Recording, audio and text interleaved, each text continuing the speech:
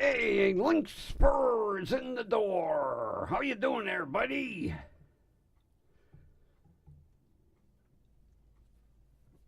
The nickname is catchy, isn't it?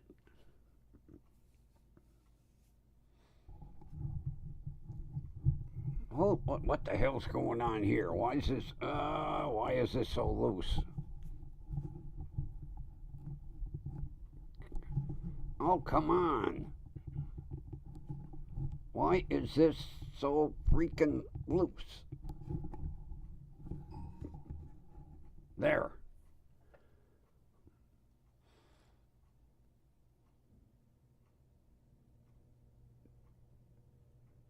The nickname's catchy, isn't it, Kathy?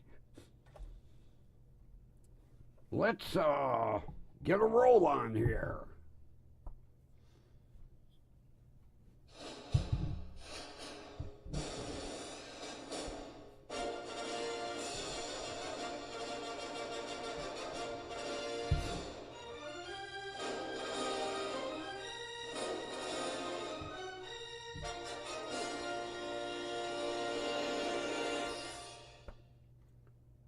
Broadcasting live from beautiful downtown Cleveland, it's station WDWL TV with me, the grumpy old man, and we are brought to you by Grumpy Vulture Productions.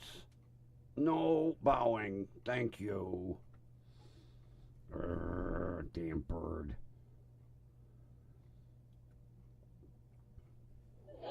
But out of that, a new holiday was born. A Festivus for the rest of us. And now we will have the nightly ceremonial lighting of the Festivus pole. Voila! That hurt. Oh, I forgot to put some more of my throat numbing spray. Yeah, my ENT said, yeah, it's a little irritated. I'll give you some antibiotics. I'll give you some throat numbing spray. And it's a bug going around. I've had several patients with it so far. Don't worry, it's nothing contagious. I said, yes, it is. I caught it from some asshole. Then he says, how come you're not wearing a mask? Thank you. So the mask is in the car. Hanging on the rearview mirror. So as soon as I go into a store or something, often it's going to... Got to get into that habit of wearing that mask again. I should have started earlier. I really should. It's my fault. I've been saying right along, I should start wearing the mask. Because, I go in the stores and I see a lot of the seniors with their masks. Should have been a reminder like, hey, asshole, go get yours. So I came home, and the nice thing is they're washable. So I gave it a good scrubbing with Dawn.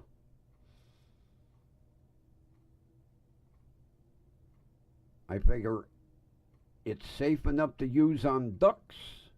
It's safe enough to use on my mask. Now I hung it in front of the heat vent, and it dried really nice. And then I took it out and I hung it on the rearview mirror. There'll be no excuse.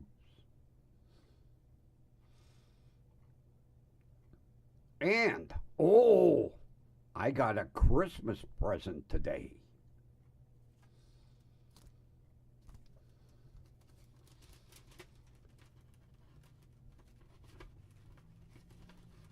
Let me show you. I got a Christmas present from Amazon.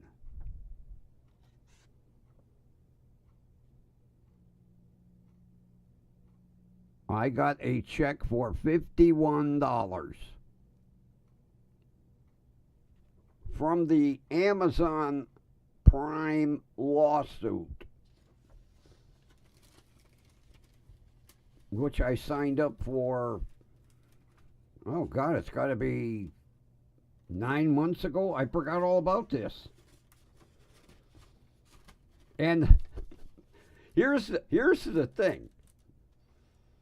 It was due to overcharges or some shit on Prime. I didn't read the lawsuit. Well, I never really signed up for Prime. What I would do, if there was an item that I wanted overnight delivery, if you were a Prime member, you got overnight delivery. So I would sign up for Prime. Then I would order the item. I would get the item the next day, and the day after, I would cancel Prime. I did this about 6 times. And then I said, that's it. Sooner or later, they're going to say, we're charging you anyhow. So I had gotten an email. It's got to be, all right, Ron, how is it over a year or is it under a year? I want to say it like 9 months ago to join in the class action suit. Whatever.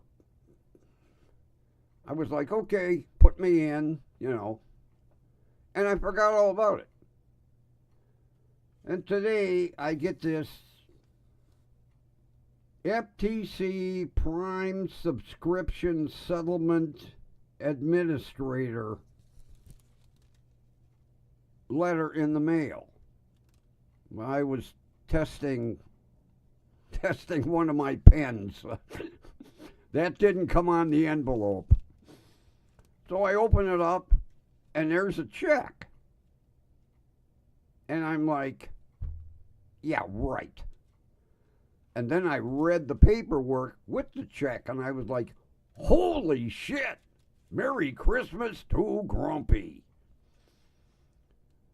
Plus, it works out perfect, because now I don't need an excuse to go to the bank tomorrow to see my little sweetie and give her her Christmas present. I can make a deposit and say, oh, by the way, here's a Christmas present. She's the last one on the list.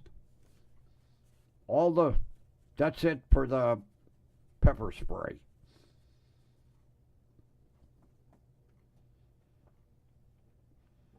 So I am in one more class action suit.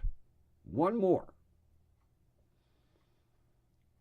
It's the Roundup class action suit.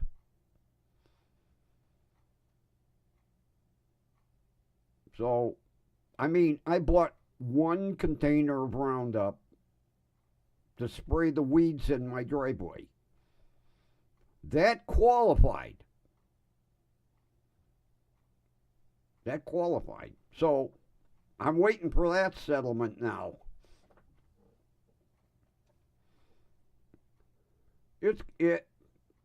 Hey, $51. I didn't spend a dime. At that time, Prime was $100. I'm like, I ain't paying for this shit. But the way Amazon had it is you get a free 30-day no charge trial. So I join, I order an item, it gets delivered overnight, a day later, cancel. I go on Amazon, oh, I like that. Order, join Prime, order the item, get it the next day, the day after, cancel. I did that 6 times. 6. And then I decided, oh, one of these days they're going to say, asshole, you played this game too many times. We're charging you. And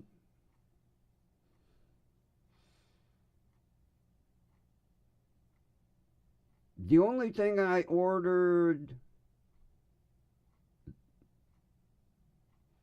trying to think, I ordered 2 books off of Amazon, and they were both off that used book section.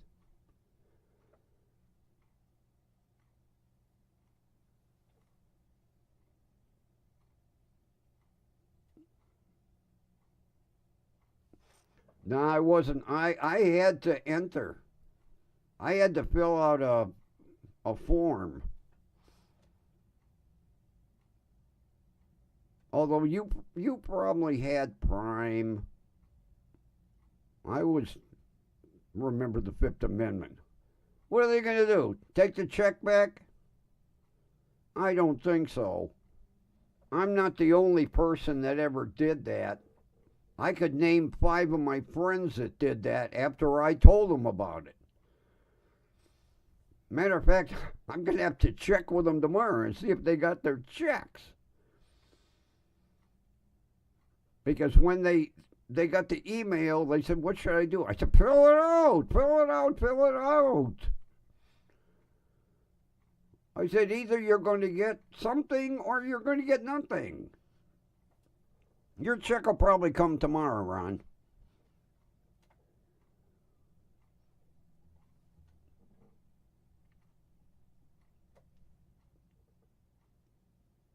Hey,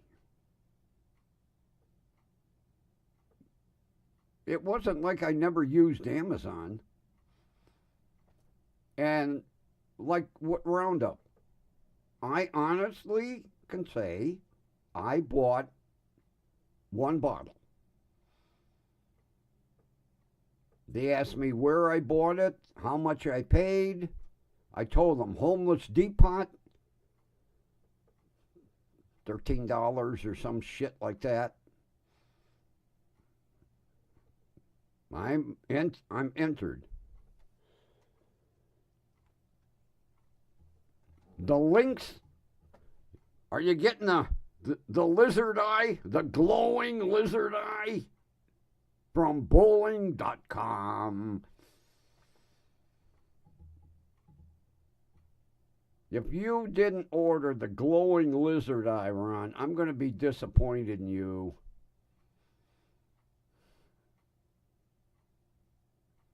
Did you like your bowling shoes? The ones I put in the thumbnail, not the picture you sent me.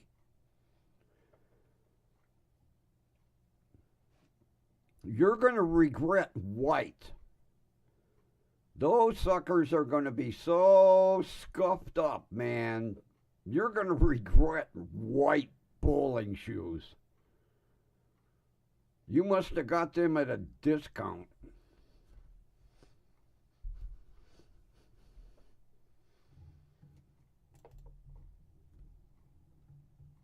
My bowling shoes were black. There was no way I was going to order white or tan or any light color because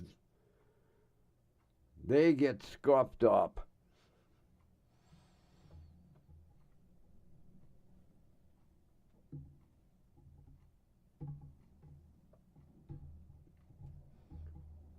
I thought for sure you would order the glowing lizard eye. Didn't you want to be the talk of the alley? Everybody be like, oh, look at that ball that Ron's got. Watch when it rolls down the alley. Watch the eye.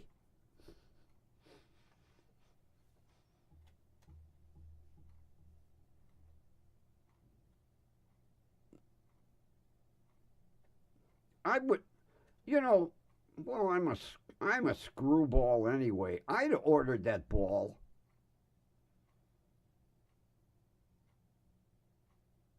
Just just basically for the look. When I took it out of the bag and set it in the ball tray, everybody be sitting there going, that fucking ball's looking at me. What the hell kind of ball you got, Grumpy?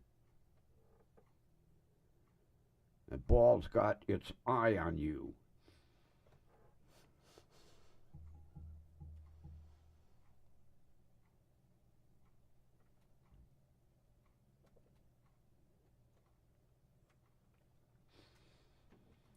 I wish you know, it really irritates me that you can't enlarge the font. Although, if it was a regular YouTube page, yeah, the font would be really readable. But this micro font drives me crazy, and that's not a long drive. That's a short putt. Yeah, I can't wait to deposit that check tomorrow. That's going to buy me some extra Italian and Hungarian sausage. I'm going to warehouse it in the freezer now.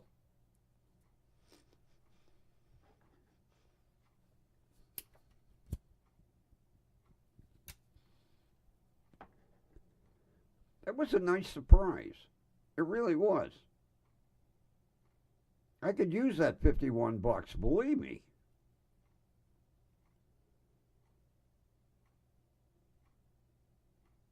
Your check probably, well, I was going to say, if they were doing it alphabetical, you'd have got yours before mine. Maybe you'll get yours tomorrow.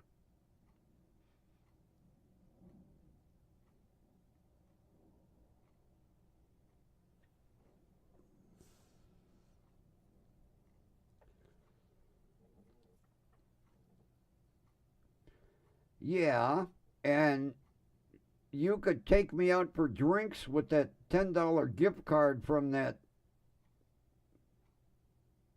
establishment. Big deal, they'd buy us a beer apiece. That would be it. Goddamn bar prices nowadays. God, I remember back in the day you could get a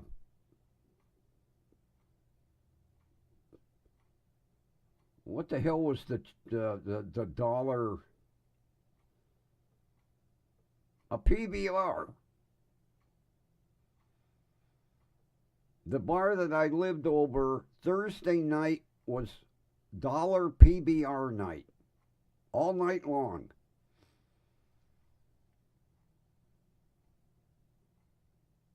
That was the only time I went in the bar.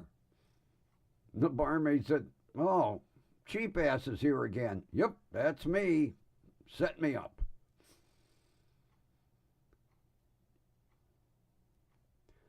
I told her, "Call me cheap ass one more time. You won't get a tip when I leave."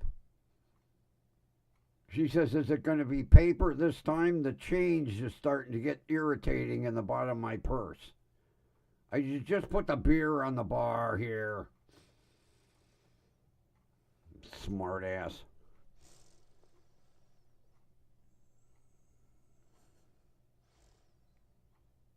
Oh, didn't you tell her? I thought maybe you'd email both of us. I thought you'd do better than third, though. I mean, you're the trivia whiz. You must have had some lunkers for team members.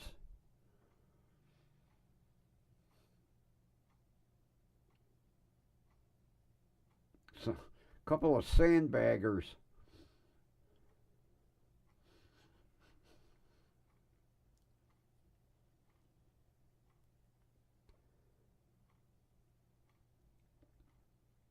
I would have come in last. I am not good at trivia. Not at all. I'll be the first to admit it. I am not good at trivia.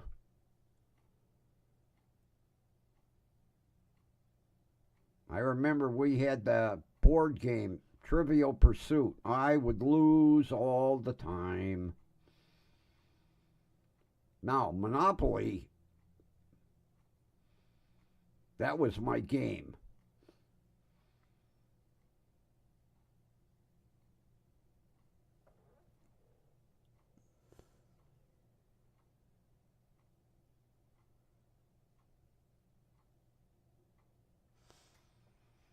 Oh, that sucks. Oh, were they asking a lot of Gen Z questions? I wouldn't have been able to answer them in either.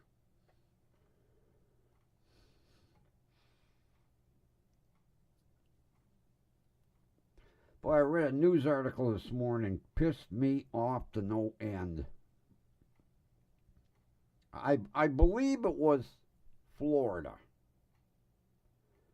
This guy is due for execution. And his lawyers have been filing these appeals, you know. Execution is cruel and unusual punishment.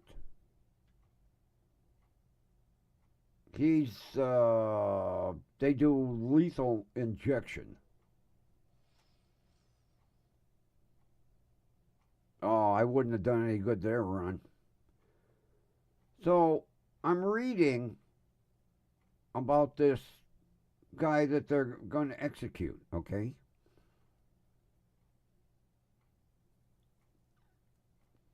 He was called the Tuesday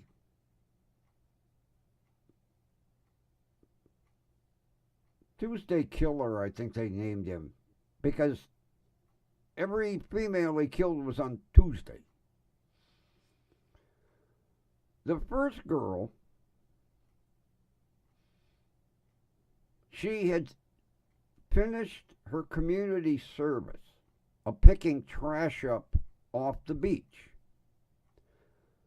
So she decided to sunbathe. Well, there was nobody around. She was at a far, kind of a desolate area of the beach. He sneaks up, performs the R word, and then slits her throat. That's not cruel and unusual punishment?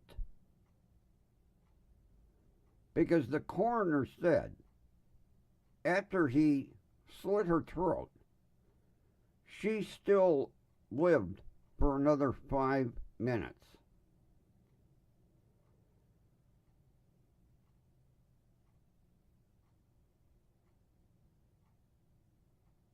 Then, the second woman, he did the same thing to her, and she was a brand new grandmother.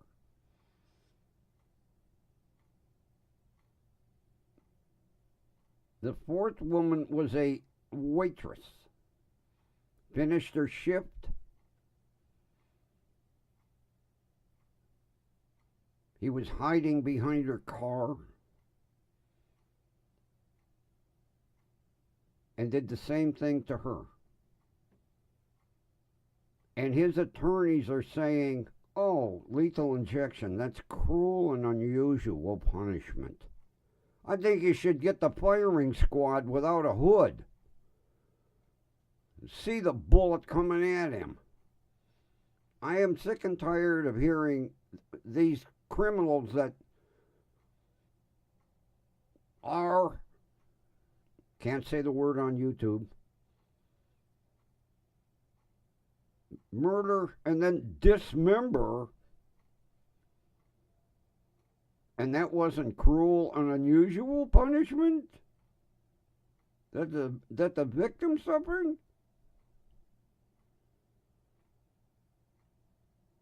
I have said all along that your punishment should be what you did to the person that you killed.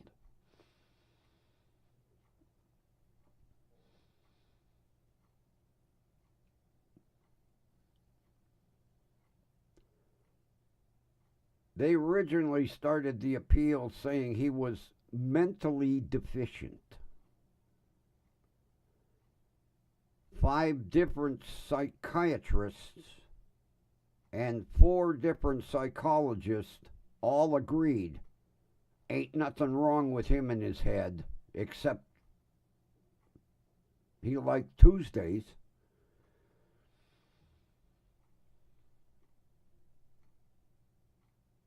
Oh, that made my frickin' blood boil.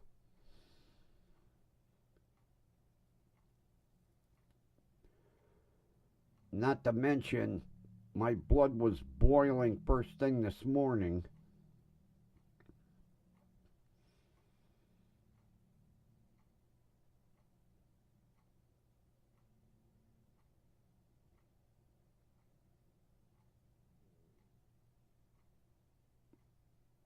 My administrator of my estate has gone dark. Didn't answer text messages. Didn't answer voicemails. Needless to say, I sat around all day, and I still don't legally own that car. And I am pissed. Because he was the one that made the appointment for today, not me.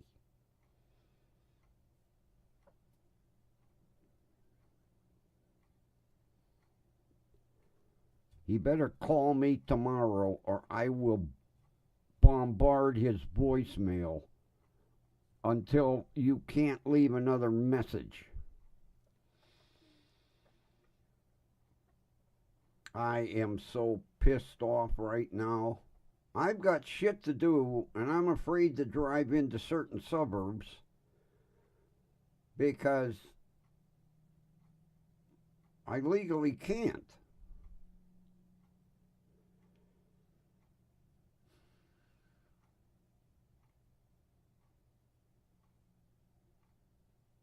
He was the one Monday. Was it Monday? No, it was last week Friday. He said, I'm seeing my attorney on Tuesday. I'm getting everything we need. How is Thursday? I said, I'll make it open. He said, good, I'll switch my schedule around so that I can be off on Thursday. We'll get it done. Then today, noon, I'm sitting here. Where is he? Send him a text message. Are you on your way? No reply. Are you awake? No reply. I called and left a voicemail. I said, hey, you were the one that scheduled this for today. Everything was supposed to be all set. Call me. I'm waiting. I got to get this car legal. Nothing. So 2 o'clock, I called and I said, hey, Title Bureau closes at 4:30. You got an hour and a half drive. You better be on the road. Call me. Nothing.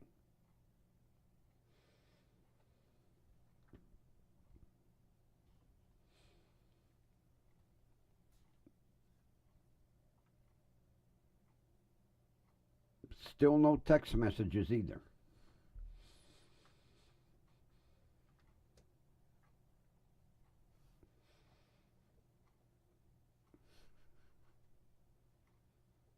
because I've been informed with this vehicle coming out of an estate,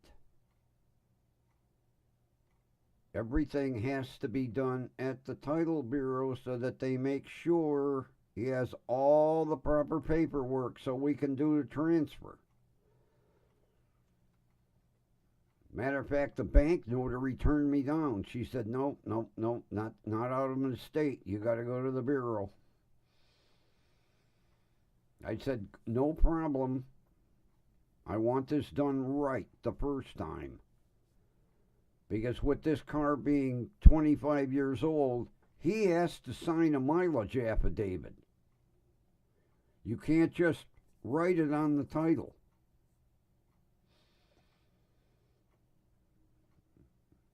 Oh, I was on the phone with that girl from the title bureau for a good 45 minutes. She explained everything. I got a whole list.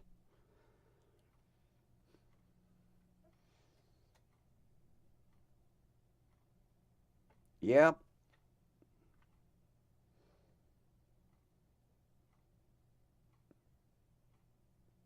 See, he's pissed off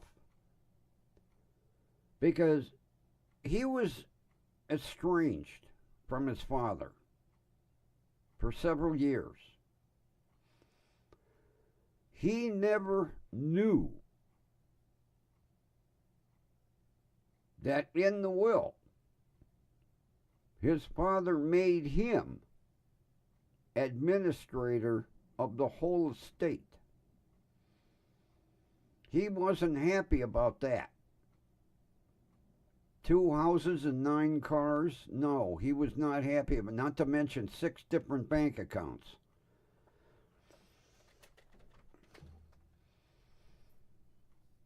So there's been a lot of, bullshit with this estate.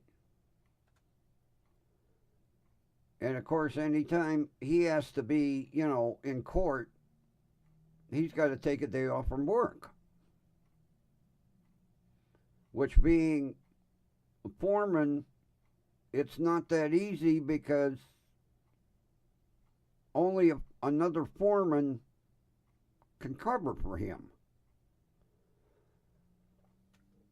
But all this was going to be all handled last Friday. He says, I'm going to arrange to have the day off. I'm seeing my attorney on Tuesday. I'm getting everything we need. And I told him then, I hope so, because I need this car legal. And then I get screwed over. The only thing that kind of made me happy was getting $51 I didn't know I was going to get.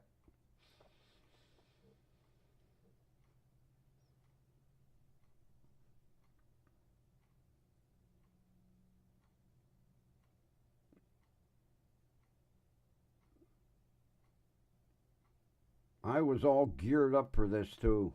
I was all geared up for it. I was like, God damn. Get the title notarized today.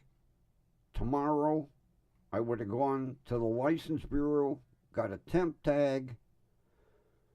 Then after the 3rd of January or the 5th or whatever, I'd have gone in, did the official title transfer, putting it in my name, ordered my license plate, and I've been good to go.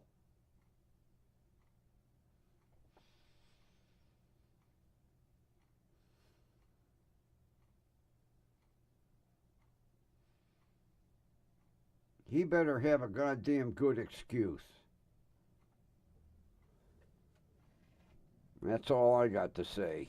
He better have a damn good excuse why he wasn't here.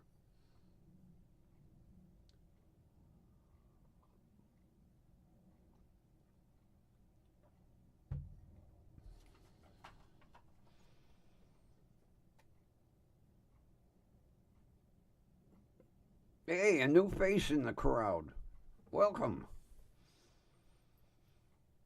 Not much, just me sitting here bitching.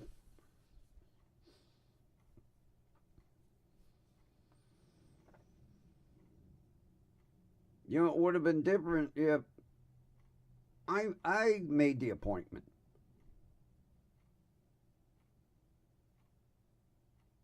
He was the one that said, we're going to be all set now.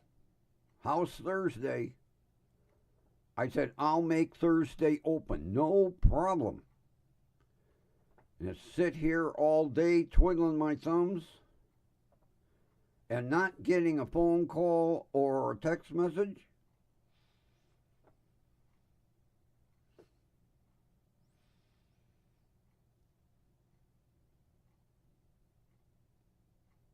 I'm going to wait until after I have the notarized title in my hand before I give him a piece of my mind.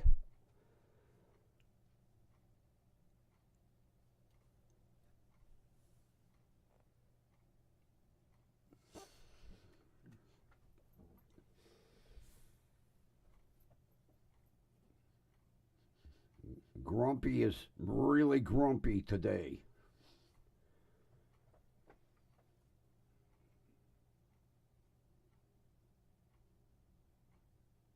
Not to mention, I still can't get that damn light to work. I don't know what went wrong with it. I'm going to have to take it apart. Oh, I hate the thought of taking it apart.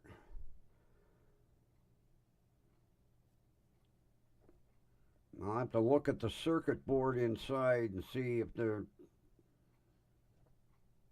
I don't know, I shut it off like normal. I don't know why it wouldn't...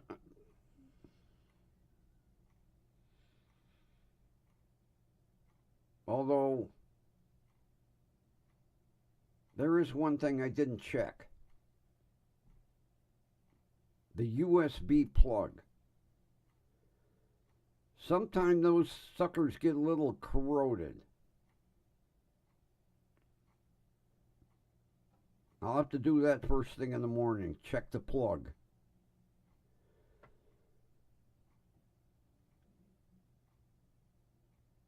You know what? Let me check it right now. Hold on. Now it's got me going.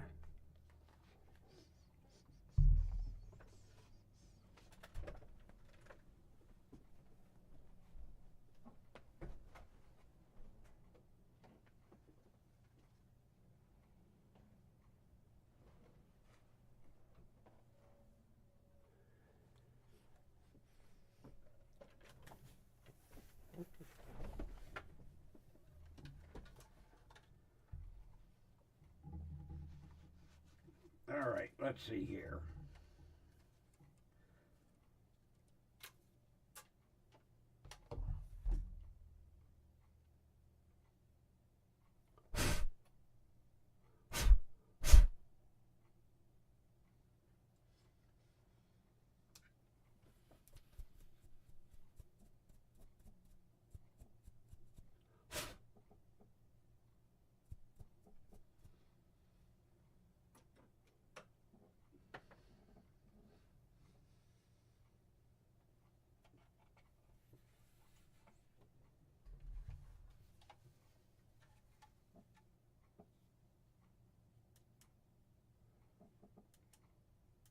That was it. That was it. The damn USB plug was dirty. All right. Although I'm going to leave it down. I'm going to leave it down until after Christmas. That's what it was. Dirty USB plug. I don't know why I didn't check that to begin with. Although I thought the sucker burned out. Okay.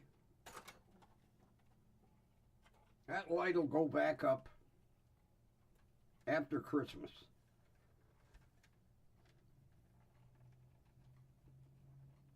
Thank God, because I paid enough for this stupid thing.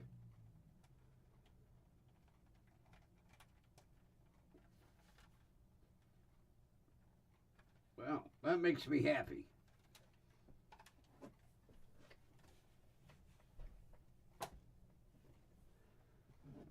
Good. Fixed.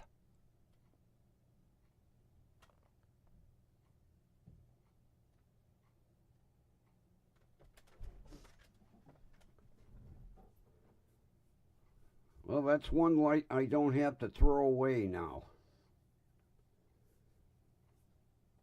Although I think when I put it back up, I'm going to put it around the license plate instead of putting it around this sign. Because after Christmas, the old jackalope's going to lose his halo. And asshole here is going to lose his Christmas lights.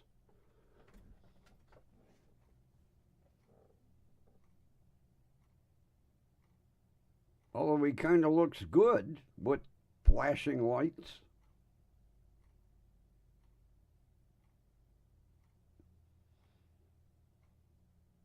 Yeah, it don't look too bad. I rearranged them. I did a little better wrapping.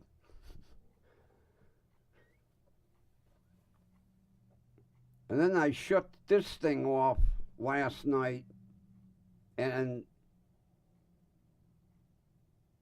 I hit the wrong button, so I can't remember if this was the color scheme or not. I'm going to have to go look. I think the color scheme yesterday was a revolving circle.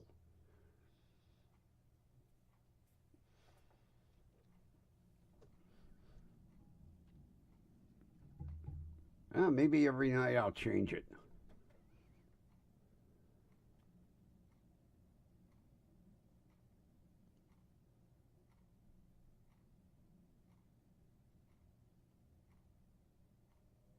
Oh, you're going to decorate, Ron? Not me. I've got a string of lights somewhere. Matter of fact, they're still in the box. I never took them out of the box. I should look for them. Matter of fact, I said I was thinking of ringing the whole. Although then it might be too much light. Yeah, I bought the damn lights. I don't know why I never put them up. Because I was going to do that, Ron. I was going to put them in my living room window. And I never did. I don't know why. And they're in a fancy red box. I know that.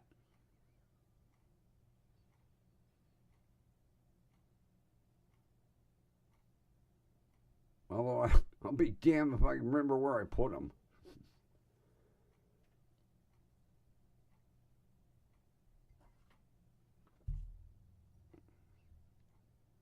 Are they controllable? Do you have do they flash?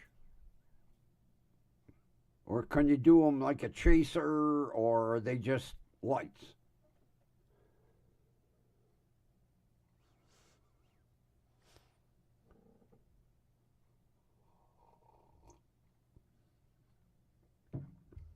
Really? God, there's one apartment complex in I want to say Brook Park. Just about everybody in the complex puts lights in their front windows. The apartment, the complex really looks nice when you drive by, you know.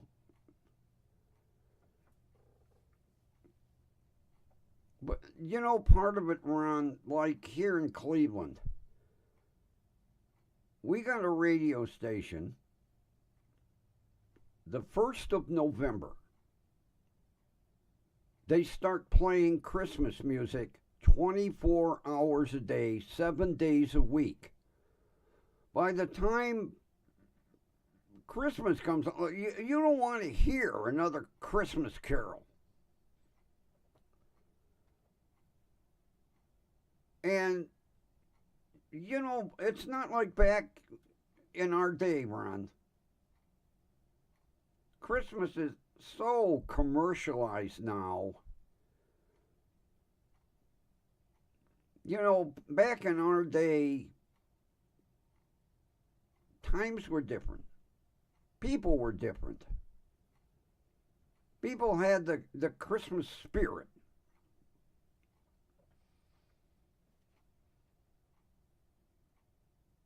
Me, I'm the Grinch.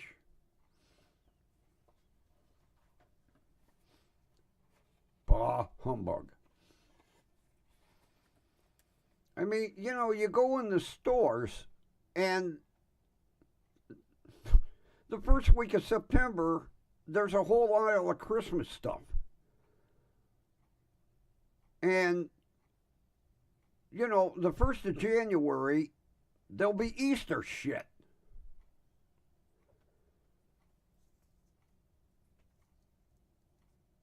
Along with Valentine's Day. Talk about rushing the seasons. Jesus.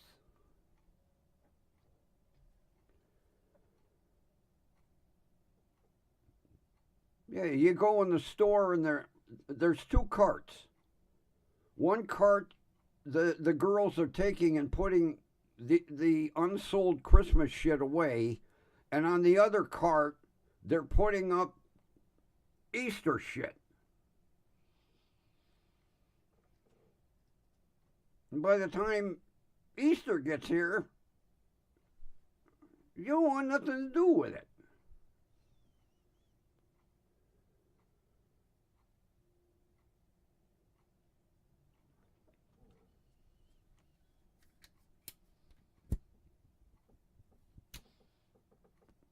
Well, not yet here. I'm sure right after Christmas, the Valentine's Day shit'll go up, the Easter shit'll go up. By the time, by the time Christmas is here, it's anticlimactic anymore. People are like, phew, God, I can't wait till this day's over and put the Christmas shit away already. That's part of the reason I don't have any Christmas spirit anymore.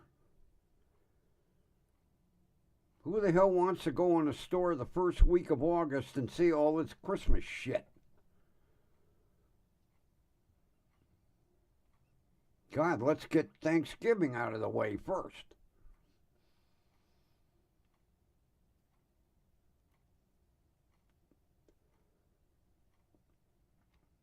And then the day after Easter, they're putting out 4th of July picnic shit.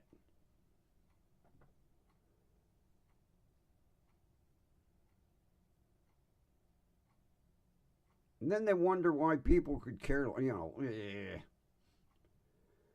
Now, we have several houses on this street that have Christmas decorations. It's only families that have young children. I've noticed that. If you go the opposite direction from me, there's like me and 7 other houses. We're all seniors. Well, the one neighbor, she has a Christmas tree in the window, a little one, is about 3 foot tall. But the only houses that are decorated here are the ones with young kids.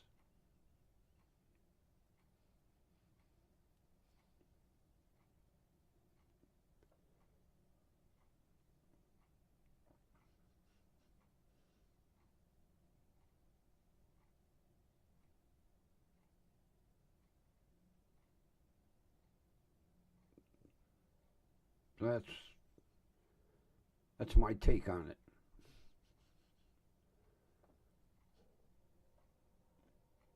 Am I crabby tonight? Yes. Am I pissed off? Yes.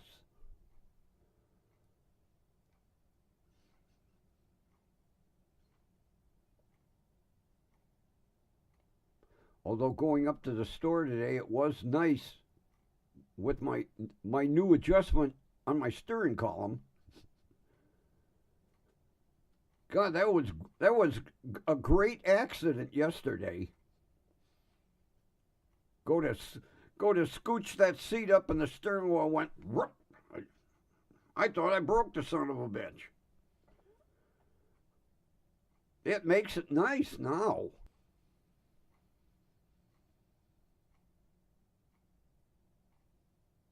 I even reread the manual today to see if it was, I missed it. No, it said push this lever down, for tilt. It didn't say anything about that lever also controls telescoping.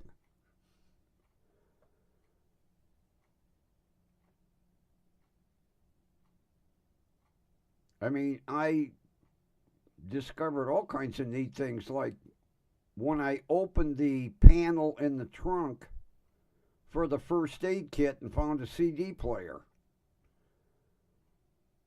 I was like, oh.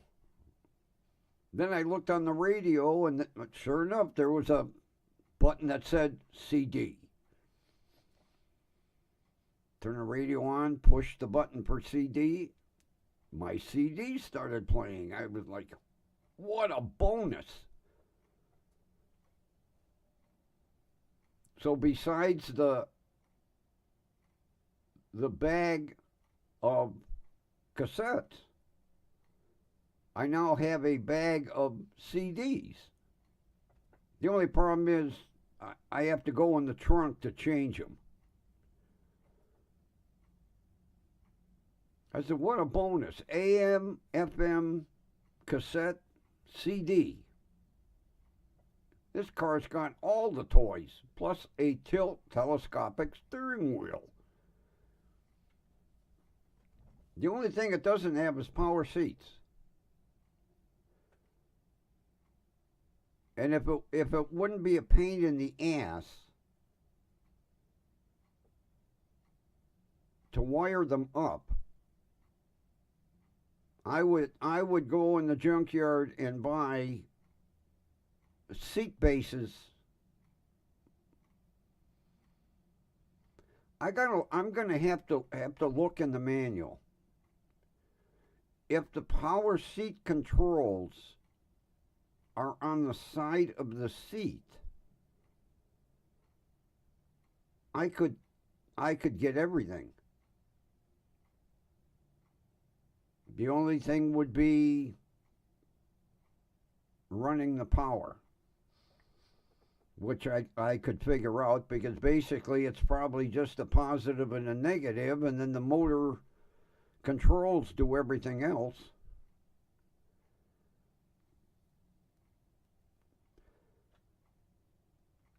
I think I'll be taking a trip up to pull apart and maybe pulling some parts.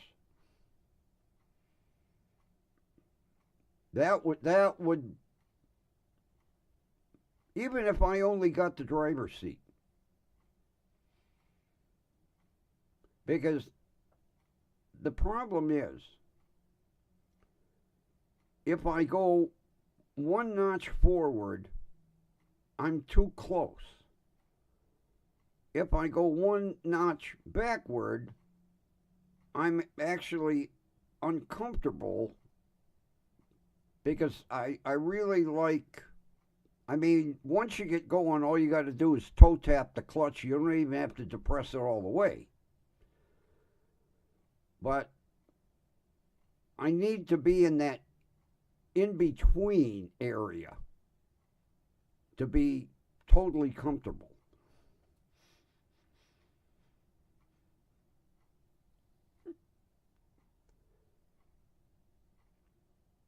Yeah, I even took an extra drive. I was like, oh boy, I like this.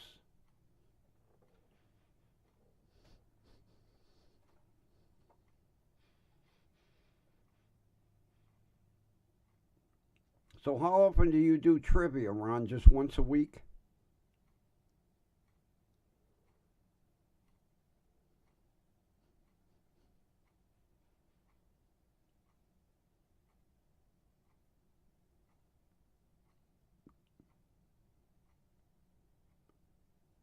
Yeah, the only problem is you don't get a hint as to what to bone up on. Like last night, boy, they threw you for a ringer with that shit.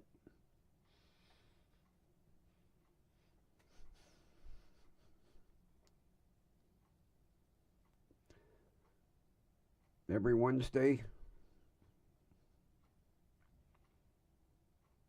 Well, hopefully next Wednesday is a little better.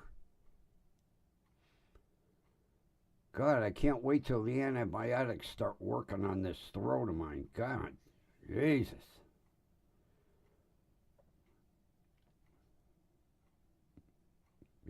I thought my ENT stuck that tongue depressor all the way down to my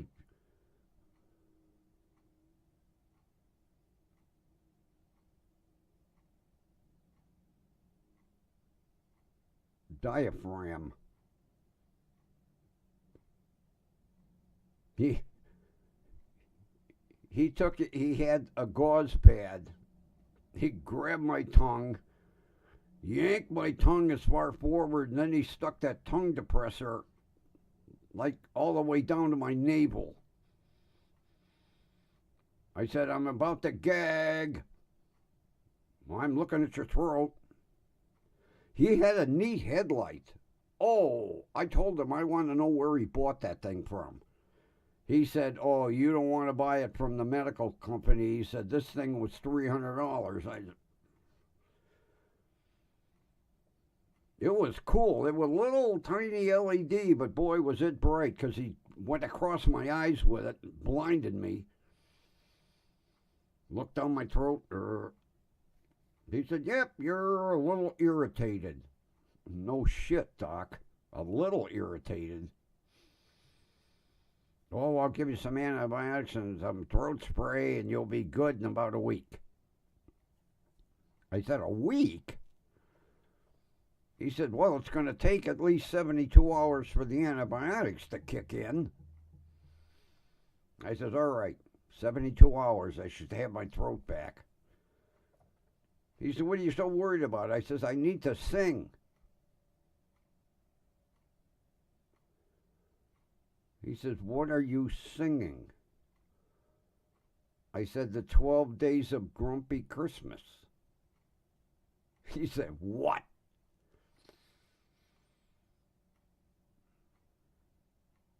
How does that go? I said, well, the first line is, and a vulture in a dead tree. He said, I don't want to hear any more. I says, well, once my voice is good, tune into my YouTube channel. I'll be singing it.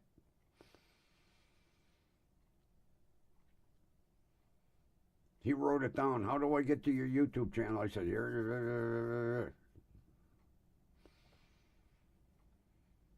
And I guarantee he might even be watching tonight. If you are, hi, Doc. He's a cool guy. He probably late 40s, early 50s. Cool guy. Matter of fact, I reminded him, I said, you owe me a ride in your Mustang, buddy. If you're watching, you owe me a ride in your Mustang.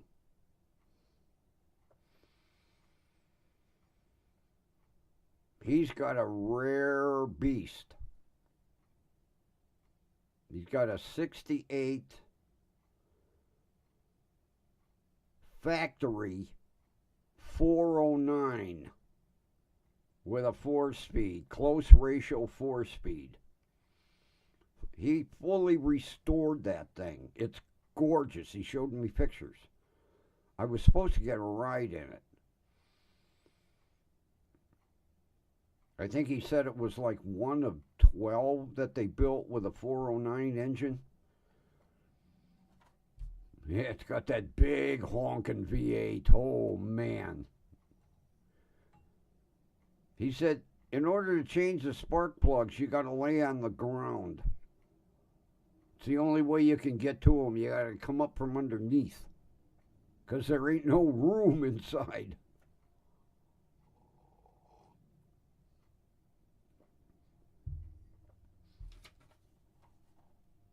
He found it down south somewhere.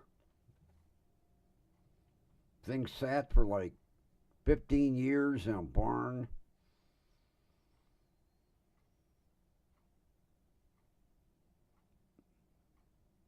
He got it for a steal, too.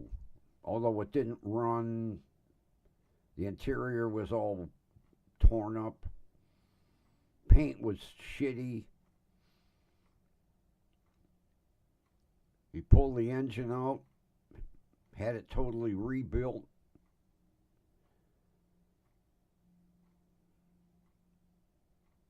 Detailed the engine compartment.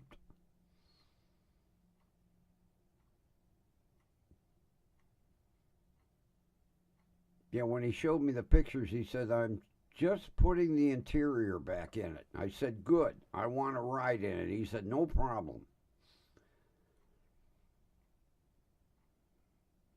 So if you're watching, Doc, you owe me a ride come spring, and I want to drive it. I'll never hear from him again. I'll make an appointment. He'll tell his nurse, cancel that son of a bitch. I don't want it. No. That was like when I worked at Lakewood Hospital. We had, matter of fact, he was my neurologist. He restored old Maseratis. And they were like 1960s vintage. Because he used to drive them. I'd see him in the doctor's parking lot. I'd be like, whoa, I gotta go look at that.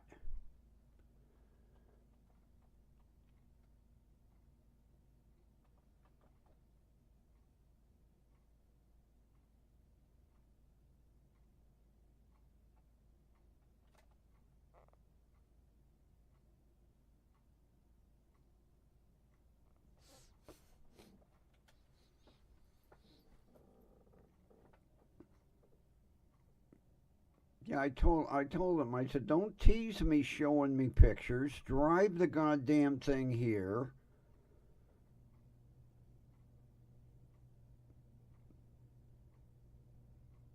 But my neurologist was cool. Because I can't remember, I think it was a 68 Maserati Ghibli. It looked like a Corvette. And he come in to the cafeteria, and I said, oh, I saw your Ghibli out in the parking lot. And he went, how do you know what that is? I says, I'm up on my old cars. I said, how about taking me for a ride in it? He said, when do you get your afternoon break? I said, 3:30. He said, fine, I'll meet you in the parking lot. 3:30, I trundle across the street, and there he is waiting.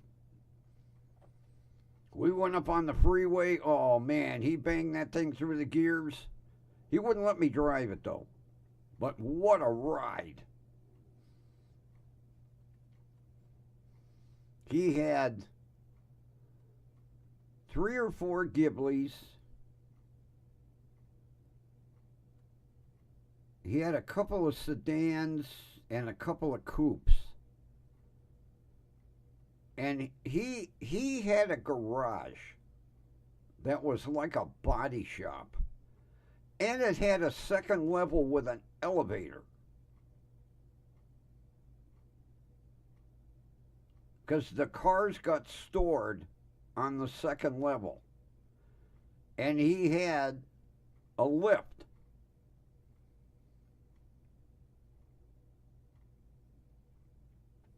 Because he did all the body and paint work and everything downstairs, and the finished cars were upstairs.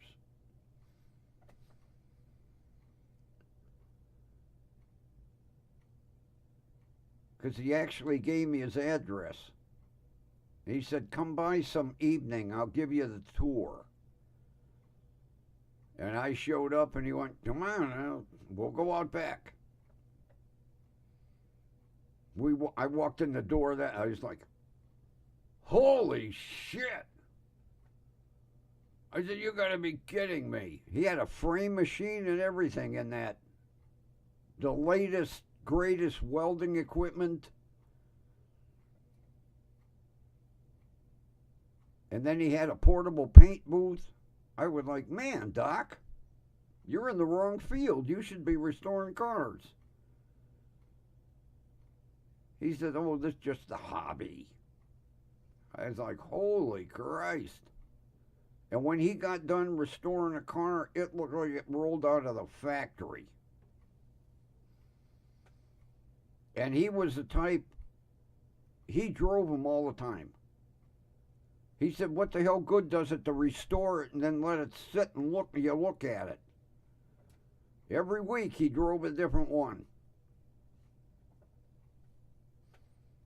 But that day he drove that Ghibli in. I was like, oh, man. And that car was fast. Although Maseratis were known for their speed. But he said to me, he said, how do you know that's a Ghibli? I said, I know what my old cars are.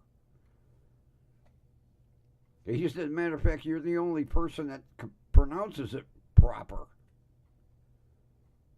Because it's like Ghibli, Ghibli.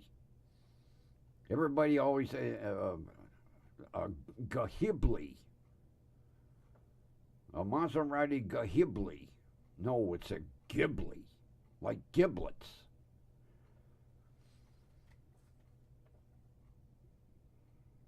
I'm going to have to look him up. God, he's got to be... I'd say he's probably got to be in his late 80s now. I wonder if he's still got all his cars.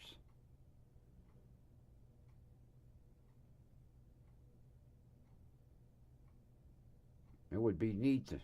Hey, can we take the red Ghibli for a ride again? Can I drive? No? Oh, okay.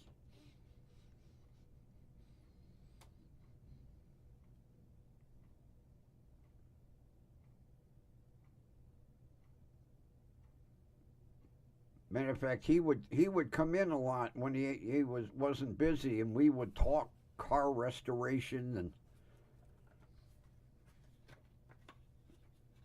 and he was all self-taught.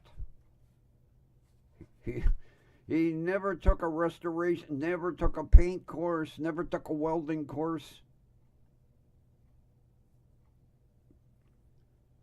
Like he said, trial and error.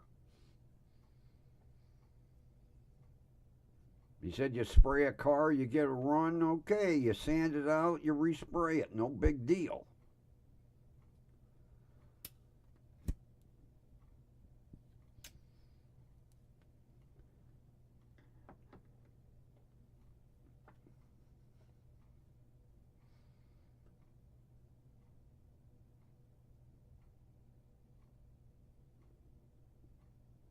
Man, what a garage. Oh my God.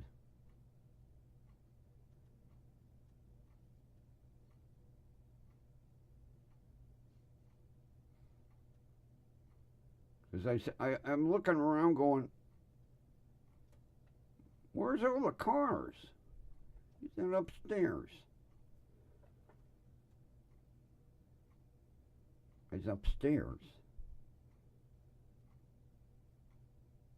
He says, yeah. I said, well, how do you get them down here?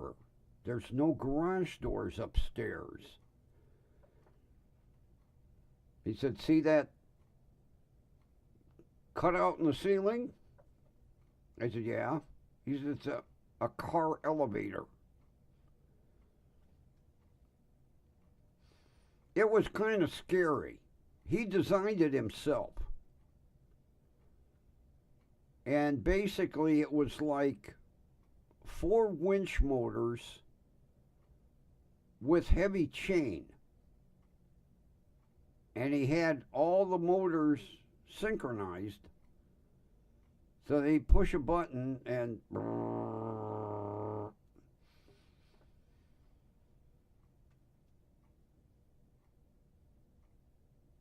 because when we went upstairs,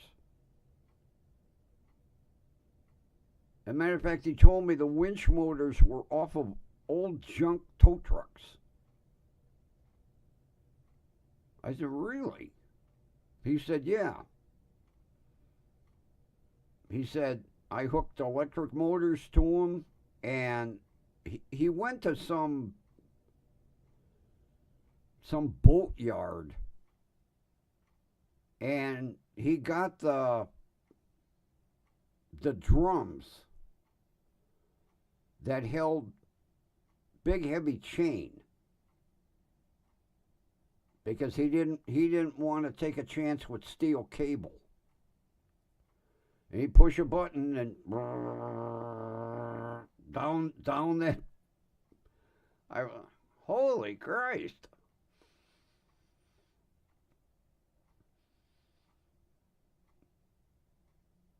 The only thing, there was a rope hanging from the middle of this section.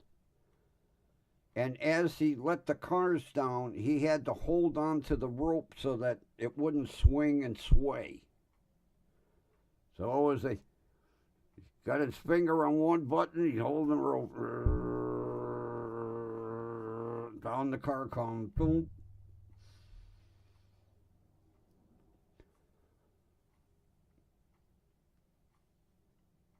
And you should have seen the beams in that garage. He told me he went out to an Amish mill, lumber mill, and they literally cut, I think he said they were 10 by 10 beams to support the weight of the cars.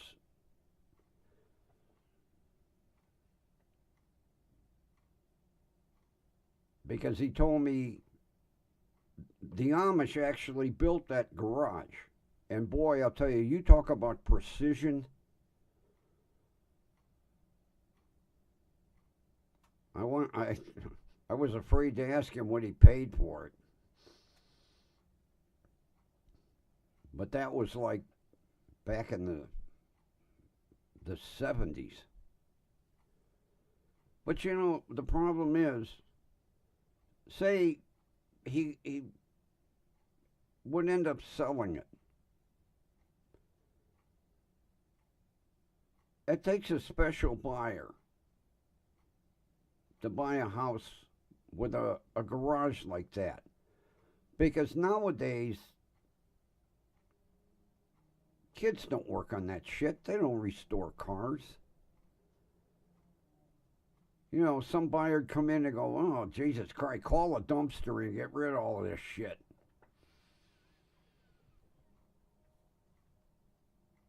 What it would take, it would be like a young body man. Because then he could do side jobs after work, which most body men do. I know most of my body men that work for me all did side jobs.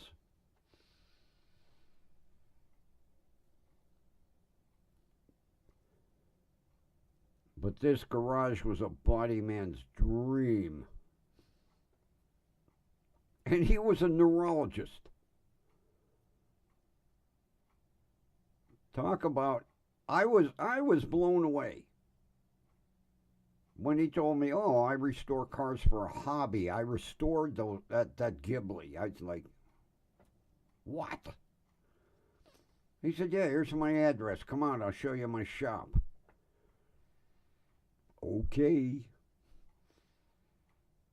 I pulled in the driveway. I said, I'm here to see the shop, Doc. Come on. He was so proud to show that off. But he told me, keep it low-key at work, okay? I don't want everybody in the hospital to know. I said, your secret's safe with me. And I never did tell anybody. Matter of fact, this is the first time I've talked about it. And we're safe because the hospital got torn down.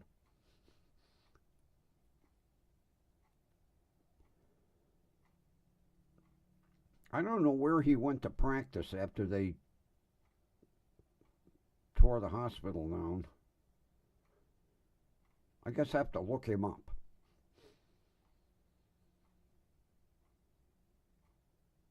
I could see me showing up in the driveway saying, get the fuck out of here. Don't you remember me, Doc? Look. Oh, okay. I just got a little facial hair now.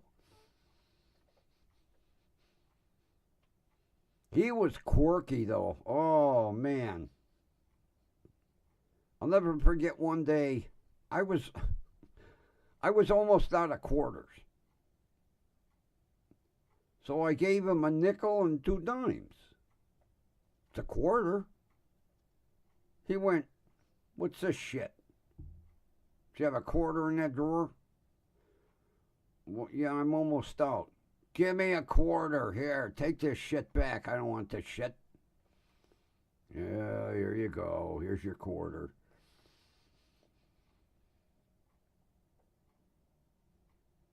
You don't dare give him 2 nickels. Oh. What's these 2 nickels? What's this? What's this? Oh, I'm sorry, Doc. Here's your dime. That's better. Never saw a doctor get pissed off of you. 2 dimes and a nickel, Doc. It's a quarter. No, it's not a quarter. It's 25 cents. I want a quarter. Here. Thank you. I used to warn the other cashiers. Don't give Doc change. Don't give him 2 nickels. Don't give him 2 dimes and a nickel. Give him a dime. Give him a quarter. He don't like change. If it's 75 cents, you better give him 3 quarters. Otherwise, you're going to hear the wrath of Doc. What is this shit? It's 25 cents. I want a quarter. Doc, it's 25 cents. I want a quarter. Here. That's better.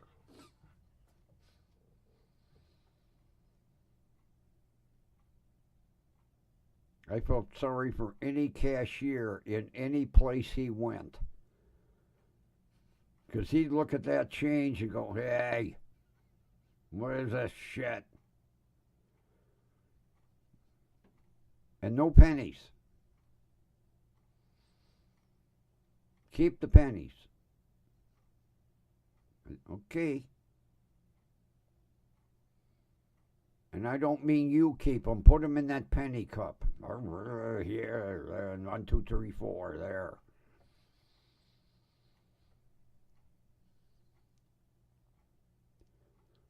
Otherwise, he was a neat guy. He was just very quirky about change.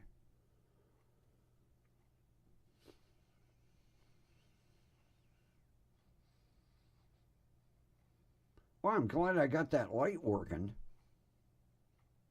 Although it won't go up until after Christmas. I'm going to put it right here.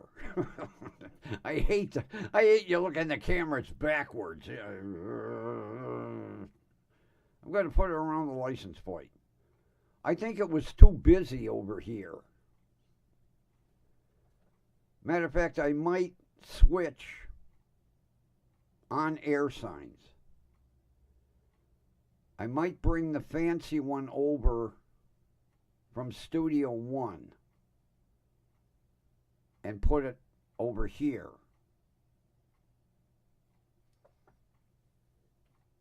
It would look better with the Cleveland background. Yeah, after Christmas, I'm going to rearrange.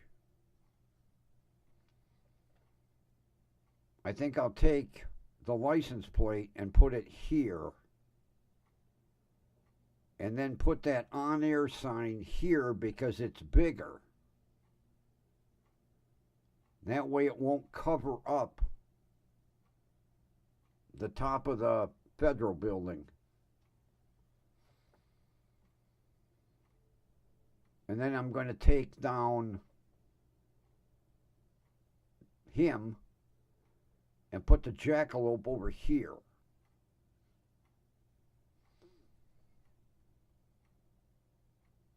Because I like this Cleveland background. Best thing you ever sent, Ron, besides the Naropaway. They're about like this. Naropaway background. Naropaway background.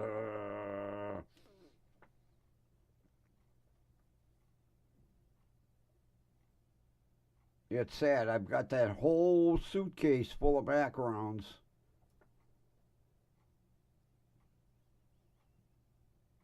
But this one's cool because it's downtown Cleveland.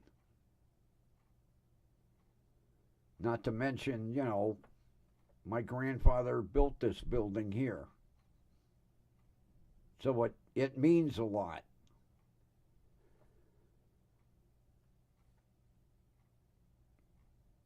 I just wonder if he was ever part of the crew that did the topping off. Well, he was a riveter, so I would say yeah.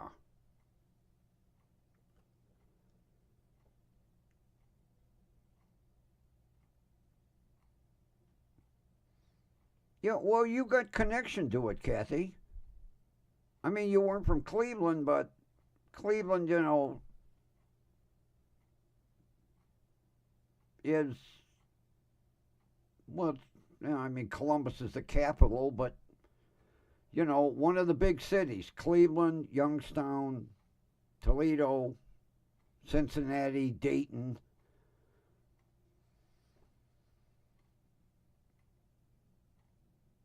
And like I say, with my grandfather being one of the actual people that built the Terminal Tower, which I refuse to call Tower City, I have a connection to it. Not to mention, it's a very nice background. Very heavy cloth.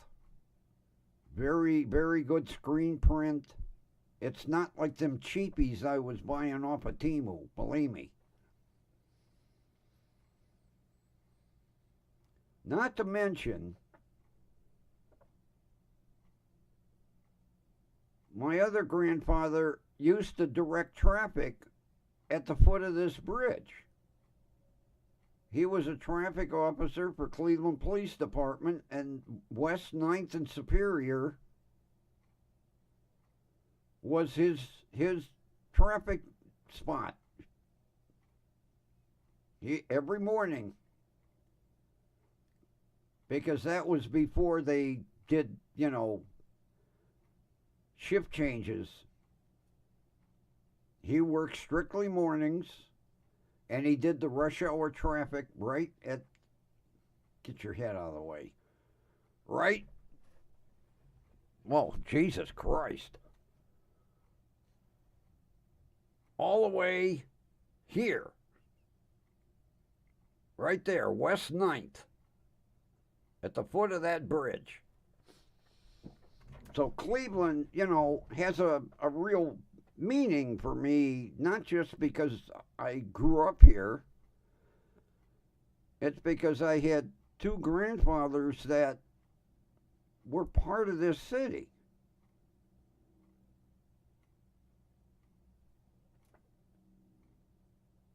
And the remembrance of, when I was a kid and my grandmother would bring me downtown, and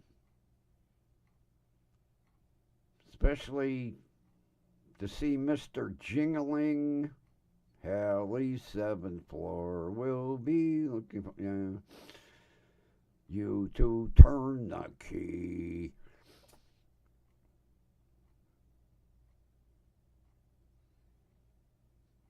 Yeah, we'd come down for lunch, go see a kids' movie at the Hippodrome Theater, and then on the way home, go over to Hallie's and see Mr. Jingling. And look at all the beautiful store windows. May Company, Higbee's, Hallie's, every store downtown had beautiful window decorations. So, this has a lot of meaning to me. Brings back a lot of memories. Not to mention, I worked down here for 7 years.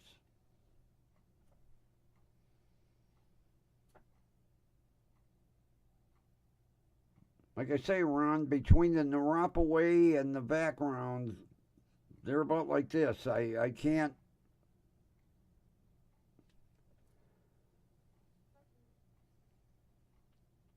And, you know, Kathy, with you living here, well, you didn't live in Cleveland, but you got an attachment here. I don't know how many times you visited downtown. You had to at least once, while you were living here.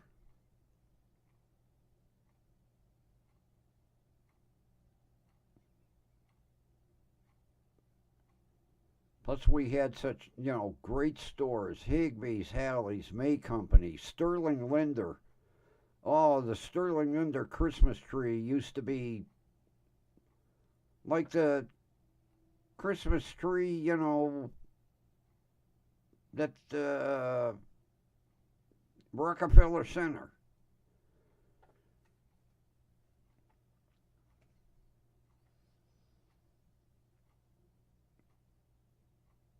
Did you ever see the Sterling Linder Christmas tree? God, that tree had ornaments like the size of basketballs.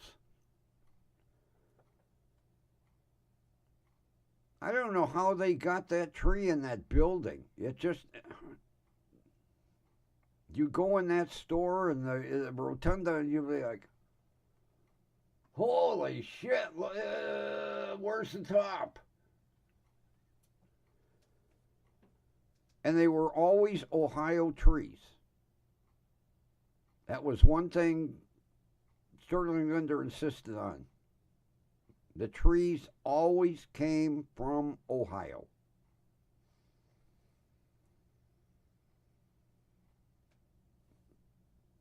I haven't been downtown in years.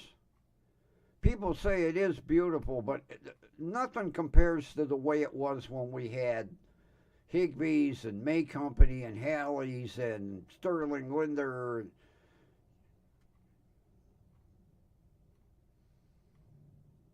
And Public Square was always decorated. And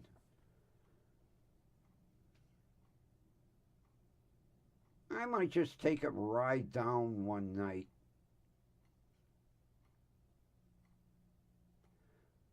That would be a good thing for me to take the GoPro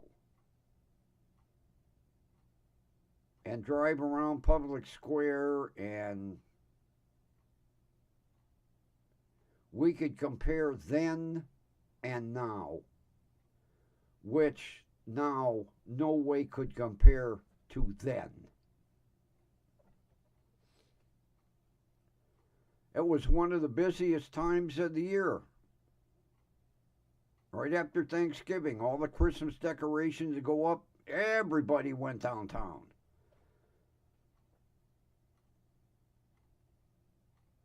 I think every family made at least one pilgrimage downtown once in their lives.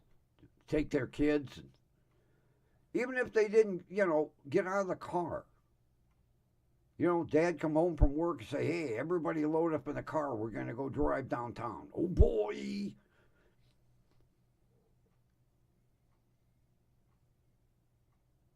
So, Cleveland has it holds my heart. It really does. Because my kid could care less. Tell them, hey, your great grandfather built that building. Oh yeah, really? Okay. I wish I could find the pictures. I've got them somewhere. I made sure. Like I say, everybody's eating lunch, sitting out on a beam, hanging out in the 30 stories up. Like it was nothing.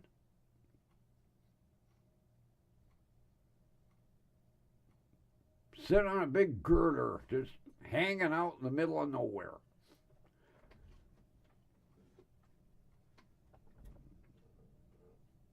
But, it wasn't like they'd come down, go to the food cart, or that lunch whistle blew.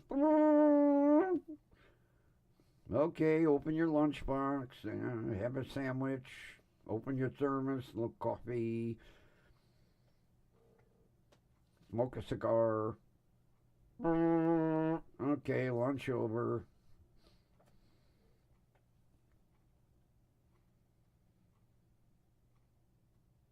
Once you were up there for 8 hours. If you had to take a leak where the public can't see you.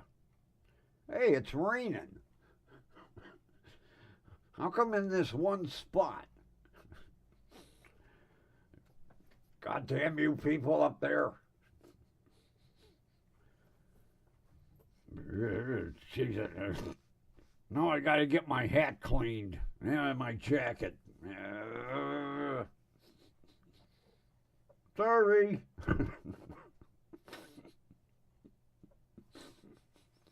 I bet that happened many times. Big signs around the building. Watch out for rain. Or in the winter. Careful, watch for yellow snow.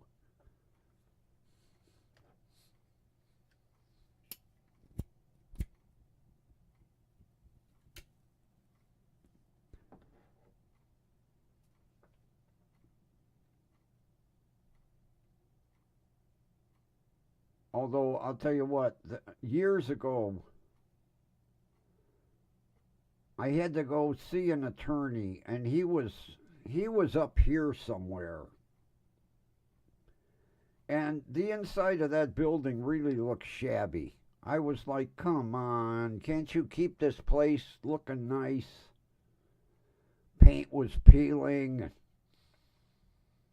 Although when they redid and they called the Tower City and they put the fountain in and all that shit, yeah, they revamped the building. I wonder if you can still go up to the observation floor. Because the observation floor is like here. You used to be able to go up there. I don't know if you can anymore, but it's like right there. I remember being up there as a kid. It's right there. That's the observation floor.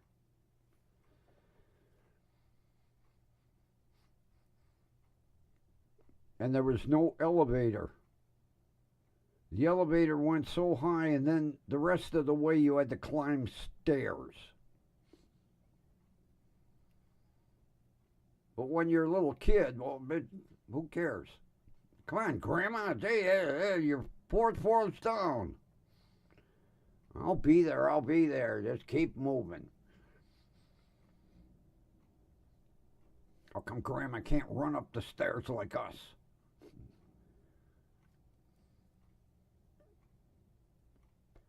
Yeah, one time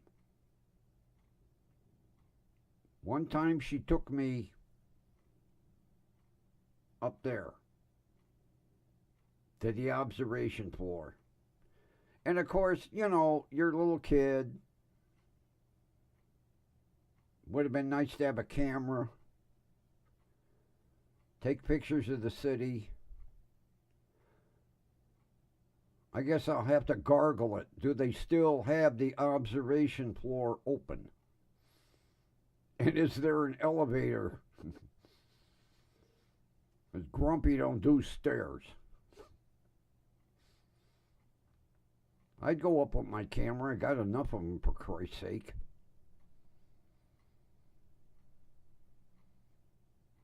But yeah, before the end of the year, I'm going to have to take a ride down, cancel the show one evening, go drive downtown with the GoPro going. Of course, I have to figure out how I can put a video in while we're on the air. Haven't got that far into the software yet.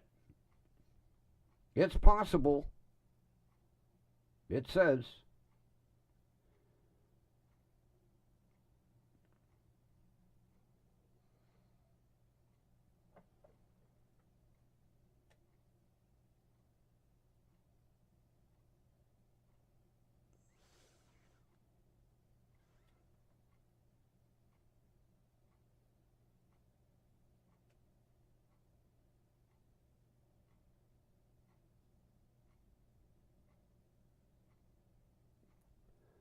Oh, sorry to hear that, buddy. Yeah, well, that and the bowling didn't help much.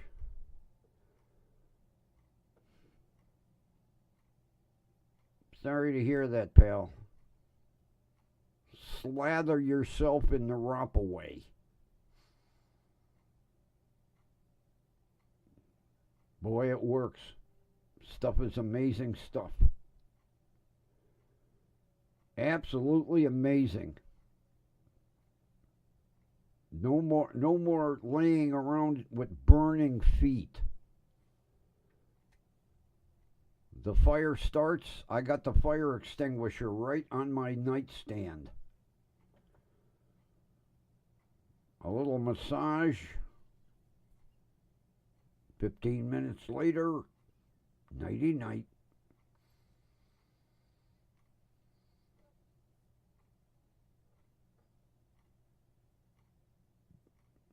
Yeah, like I say, the Naropa and the Cleveland background, they're neck and neck here. I mean, the t-shirts come in there too, but the two important ones are the background and the Naropa. Put them on the scale of justice and they'll be like,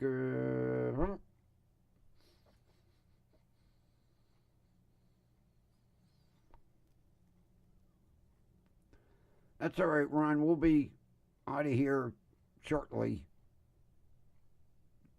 And then you can, I don't know what you're going to do. You can do something for your pain. It makes me feel bad, buddy.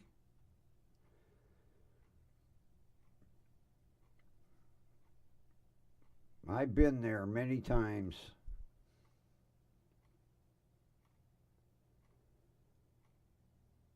Nothing worse than goddamn pain you can't get rid of.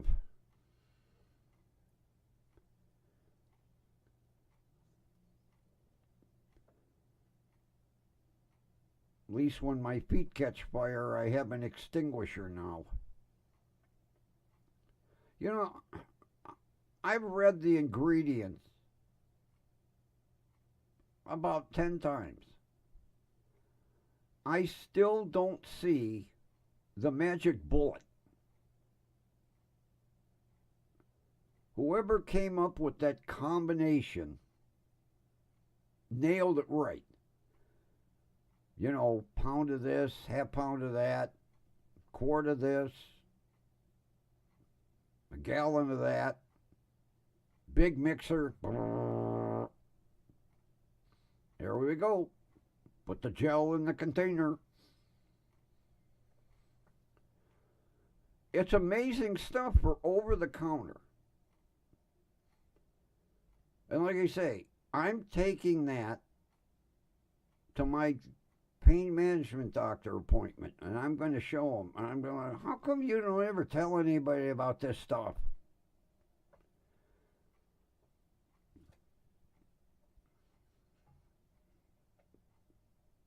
Big Homeland Security secret. I am. I'm going to ask him. You know this stuff exists? How come you didn't tell nobody about it? You don't believe in it? Well, it works, asshole. Oh, Doc. I got to be nice to him. I like him. But I'm still going to ask him about it.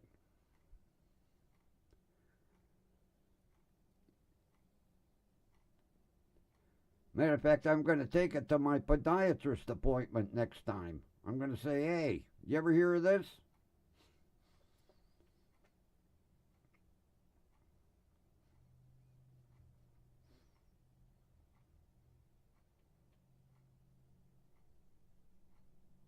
Although there's a bunch of articles out that say gabapentin causes it. Really?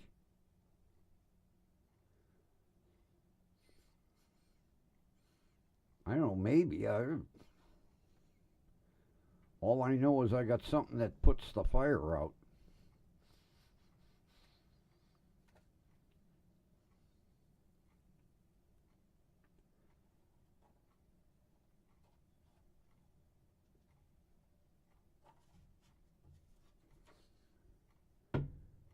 Yeah, I'm going to have to pick a night. I'll do it after Christmas because the lights will be on until the end of the year.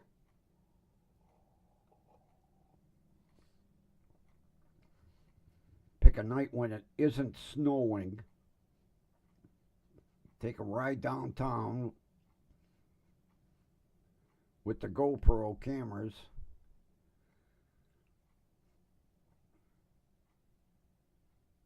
Although I better check. Make sure that after Christmas they don't turn the fucking lights off on me.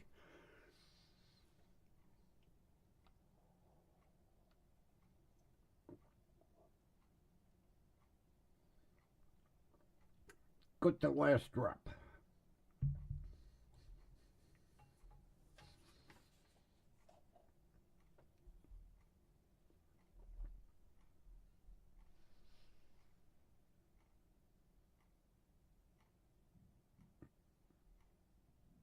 I hope the antibiotics kick in. This is a pain in the ass. Well, pain in the throat.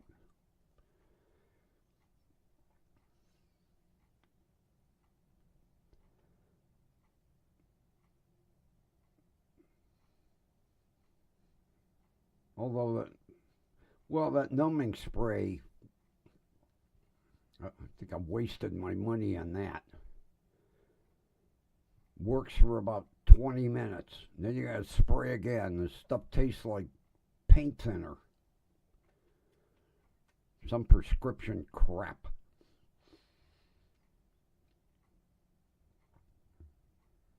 I'm thinking, they got over-the-counter stuff. How come I had to? Well, they make money off the prescription shit.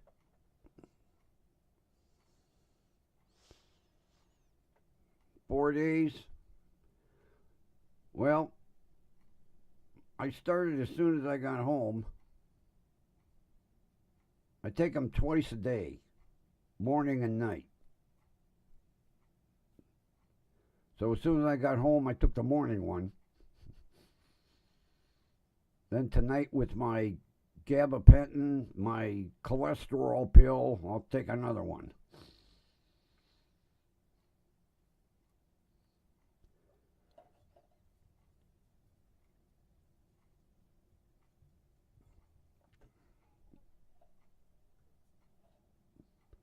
Well, let's see. Thursday, Friday, Saturday, Sunday. Monday, I should be able to sing.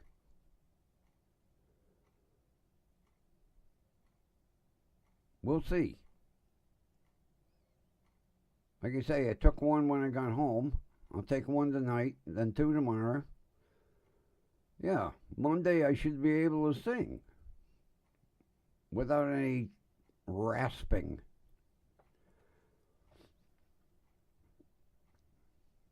Because we gotta sing. I gotta sing. Especially after Ron went to all that trouble of thinking them lyrics up. The only problem is I got to start practicing to the music. Music goes too damn fast. I'm not no professional vocalist.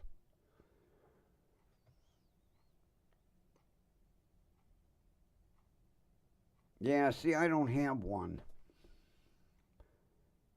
Although, my dumbass, I should have put the water in front of the... I guess maybe I'll do that tonight. I've got the dish pan down there. I'll fill the dish pan up and put it in front of the air intake. It worked last year. And boy, it was amazing how it sucked water out of that dish pan.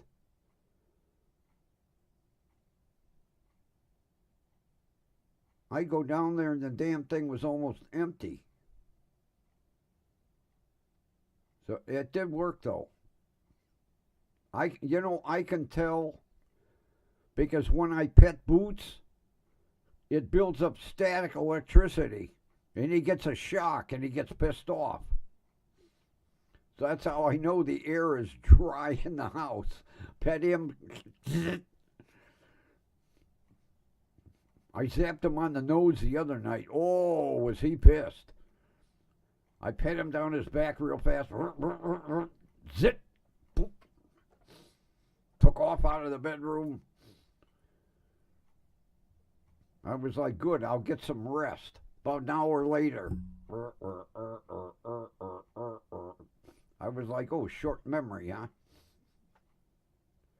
Yeah, that's how I can tell the air is dry. When I can build up static electricity.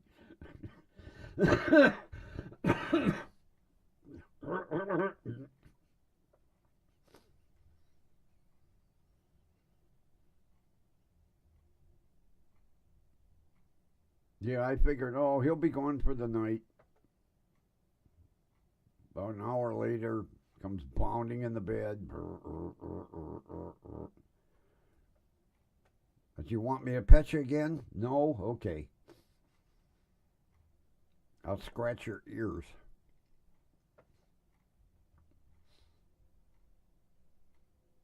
Now, he started last night. He gets ready to massage me, and he meows in my ear. Meow. That must be the warning. It's coming. Meow.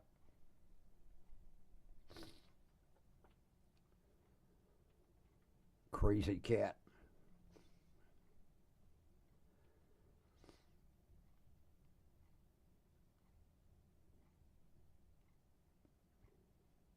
Well, I think since Ron's in agony, we'll kind of end it a little early.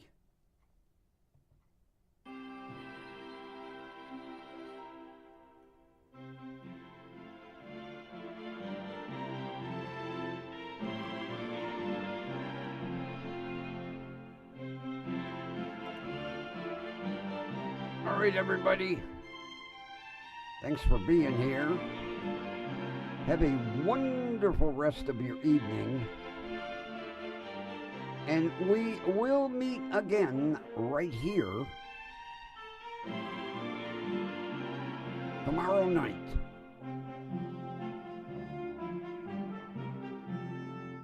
And with that, see ya.